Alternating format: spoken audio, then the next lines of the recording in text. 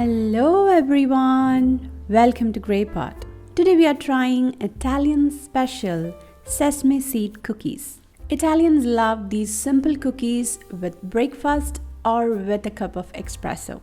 Let's see how to make it. In a large bowl, add some room temperature butter. Add some powdered sugar and mix it.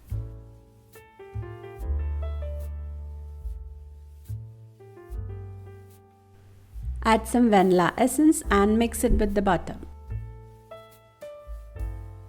Now let's add the dry ingredients like all-purpose flour, baking powder, a pinch of salt, and some roasted sesame seed powdered in a blender.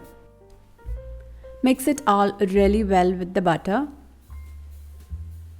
You can use your hands and make this into a cookie dough. If it's not coming together, you can add some milk in between. Add it little by little. Mix it till it becomes a dough like this. Make balls out of little quantities, then flatten the balls to form cookies.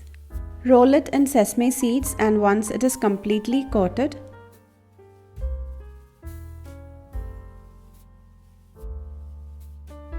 set it on a baking tray lined with parchment paper. Now bake this in a 180-degree preheated oven for 20 to 25 minutes.